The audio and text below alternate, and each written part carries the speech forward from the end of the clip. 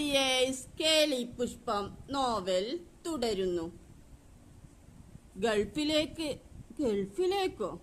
അതെ. പിന്നെ എന്നാണ് വരിക? 6 മാസം കഴിഞ്ഞു വരും. വന്നാൽ ഉടനെ നമ്മുടെ കല്യാണം. അത് കേട്ടപ്പോൾ രഹനയുടെ ചുണ്ടിൽ പുഞ്ചിരി വിടർന്നു.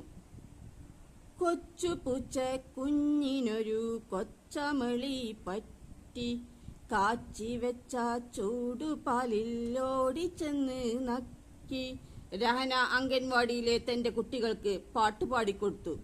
കുട്ടികൾ അത് ഏറ്റുപാടി. ടീച്ചറെ, ഒന്നിങ്ങ് വരൂ. അംഗൻവാടിയുടെ വാതിൽക്കൽ ഒരു ചെറുപ്പക്കാരൻ. എന്താ കാര്യം? രഹന അയാളോട് ചോദിച്ചു. ഒന്നിങ്ങ് വരൂ, ചെറുപ്പക്കാരൻ വീണ്ടും പറഞ്ഞു. രഹന അയാളുടെ അടുത്തേക്ക് ചെന്നു. എനിക്ക് നിങ്ങളെ മനസ്സിലായില്ലല്ലോ. ആരാണ്? അവൾ ചോദിച്ചു. ഞാൻ മുനീറിന്റെ കൂട്ടുകാരൻ ആണ്. പേര് സഹീർ. അവൻ പറഞ്ഞു. മുനീർക്ക വിളിച്ചിരുന്നോ? ആകാംക്ഷയോടെ രഹന ചോദിച്ചു. ടീച്ചറെ, മുനീർ കല്യാണം ആലോചിച്ചിരിക്കുകയാണല്ലേ? സഹീറിന്റെ ശബ്ദം.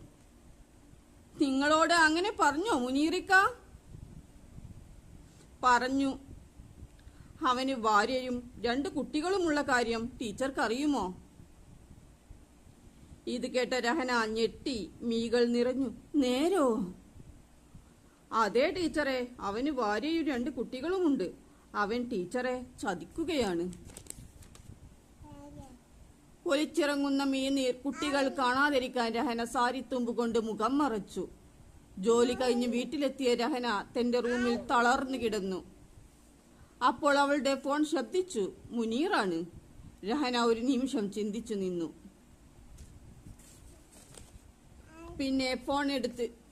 പിന്നെ ഫോൺ എടുത്ത് ചെവിയിൽ വെച്ചു. എന്താ ഫോൺ എടുക്കാൻ ഇത്ര താമസം? നിനക്ക് വേറെ ലൈനായോ? മുനീർ ചോദിച്ചു. നിങ്ങൾക്ക് വേറെ ഭാര്യയും കുട്ടികളും ഉണ്ടെന്ന് കേട്ടു. നേരാണോ? രഹനയുടെ ചോദ്യം കേട്ട് മുനീർ ഫോൺ കട്ടാക്കി. തുടരും. Please subscribe, like, comment and share.